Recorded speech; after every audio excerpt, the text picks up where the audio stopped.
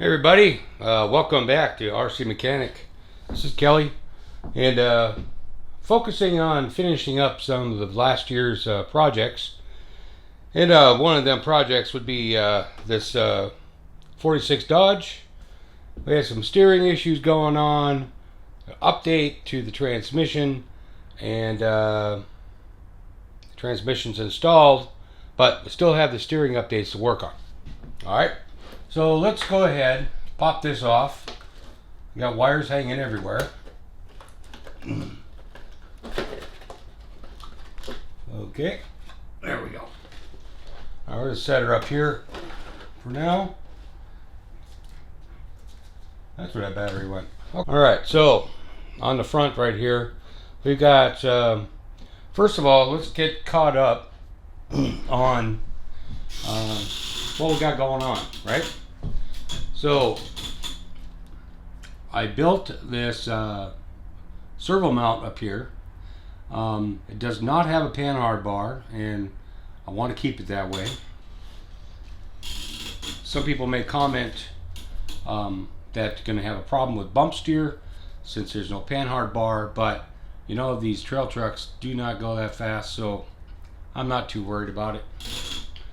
It's not like I'm grabbing onto a steering wheel in a live rig and having the damn thing, you know, jerk out of my hand or things like that. So I built this mount. It is, as you can see, massively overbuilt. I know that, but I built it with materials I had on hand. Only thing I had to buy was there was some angle right here. I had to buy that. I already had the plate. Everything else I already had. Scale transmission. This here is an SSD scale transmission with the transfer case already attached. It's made for an SCX10 too. This is an SCX10 clone, original SCX10 clone chassis. There was a few things I had to modify on that, but other than that, it fit. Not perfectly, but it did fit. Okay? So today, what we're going to do is we're going to work on the steering right here. Because right now, this link right here going to the servo, well, it will not, first of all, bend up far enough to get to the servo. And second of all, it's not long enough. Alright, so I think what I'm going to do is I'm going to change this bar right here. And I did buy a set of links, cheap set of links.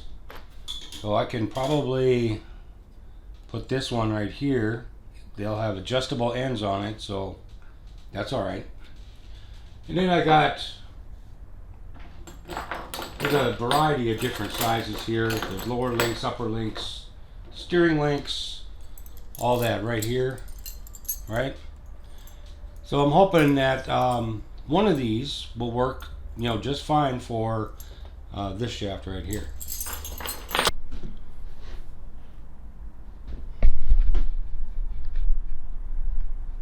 Okay, so what we got going on here is we have our steering link right here.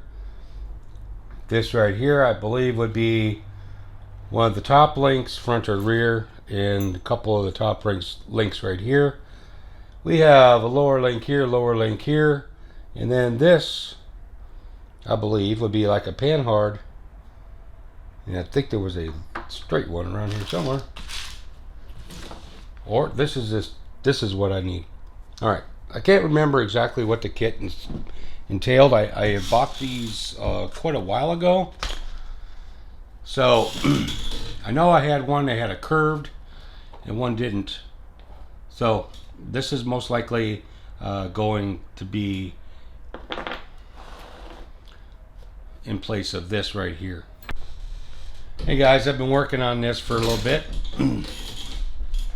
What I got going on here is I took this this bent rod right here and I made a spacer right here, and I used 3/16 brake line, which is this right here, to make that spacer.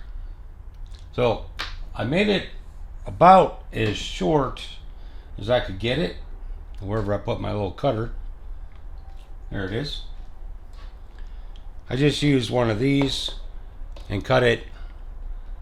Now, I'm gonna put this up here for you so you all can see, but I think I need to make it a little shorter. And I think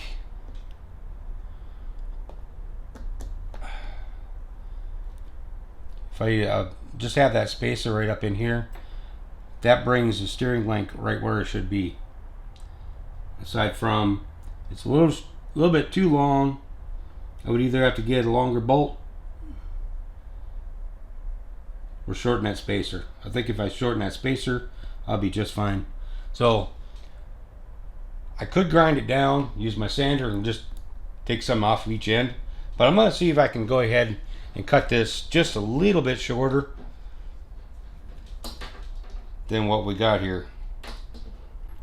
Right here. Here's the one I just cut right there.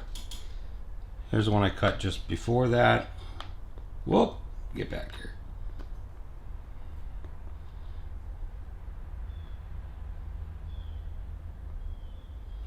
All right. So if you can see that, the first one I cut's right here. The second one I cut's right there. So we're looking about what, half? We'll see how that one turns out. So this is a great way that you don't have to spend any money to and go off and buy spacers. If it's not aluminum and that kind of thing don't bother you, these work just great. They work just the same. You can see they're a real tight fit. Like I say, if there's a little burr on here from cutting it, it almost acts like it's being threaded. Actually, it does. So there's that. Go ahead and run that through here, through there. All right, so what we're looking at the spacer's not out so far, is not spacing it out so far that it's causing a lot of we'll just say that if you run too big of a spacer, the space right here, like there and there, you run the risk of it bending pretty easily. Since these are stainless steel screws, they do bend already pretty easily. So it looks like I'm going to have room to adjust it now to get this as straight as I want it.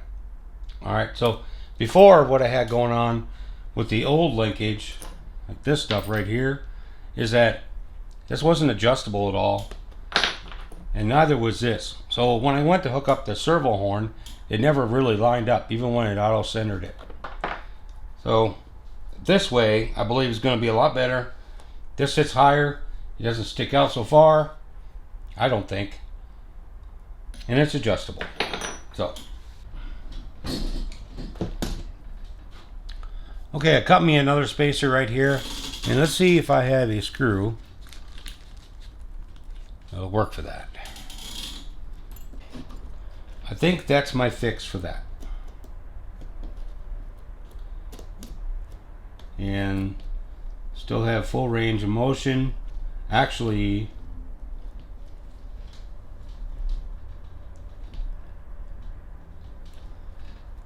totally, completely compressed.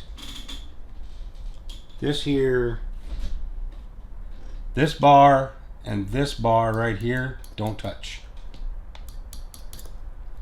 So we're good. So now these are all tightened down, we have a really good idea. See, this would be about center. And I see my steering knuckles. These are going to have to be adjusted a little bit. All right, so now, yeah.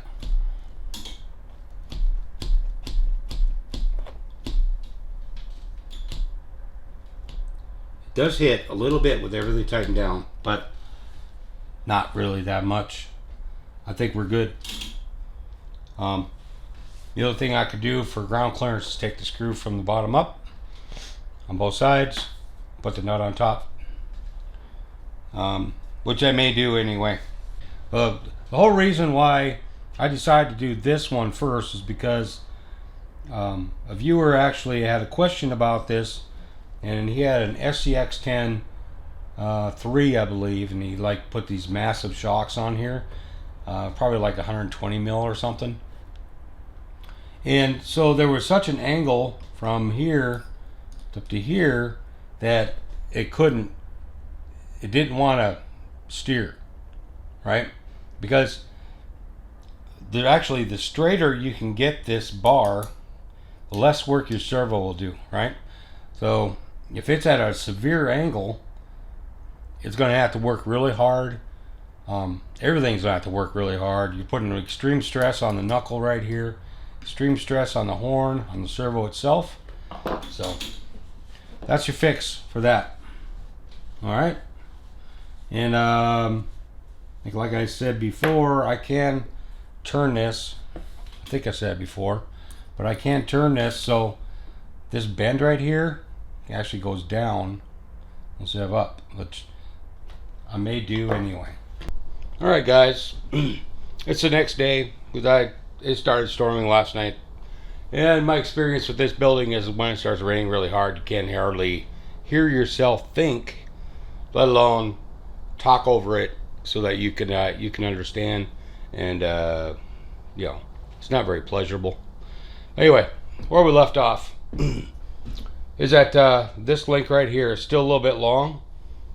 If I was to, okay, there's more of a straight on shot. Let me just bring it down a little bit. All right, that should be a little bit better. As you can see, this wheel is still a little bit off. If I go ahead and cycle back and forth, I mean, it does center. The whole reason why I did this mod was because I had some steering issues. It would turn all the way one way and not the other. It was difficult to maneuver. However, this wheel right here, because this length is so long, is still off. So what I'm going to do is I'm going to take this off, take the ends off, and I'm just going to trim it a little bit so I can bring it in just a little bit more, because these are bottomed out right now. This link kit was made for an SCX10 2. Could be a little bit wider, you know, it just very well could be. I got it pretty darn, I mean, I held the original one up to it, and it's pretty darn close. It just, oh, so a little bit off. So I maybe take an eighth of an inch off each side, and I believe that'll work.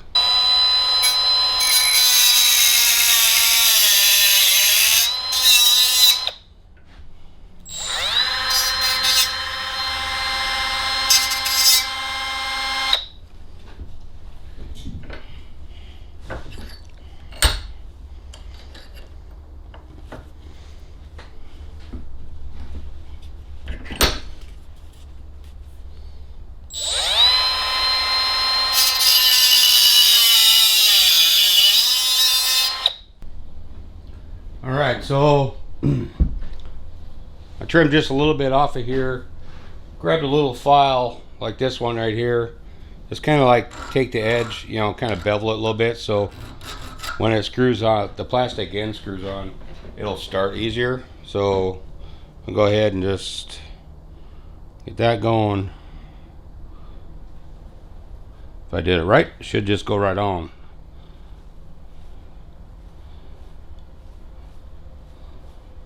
And it looks like I've got it. Alright, so here's the original. Here's this one.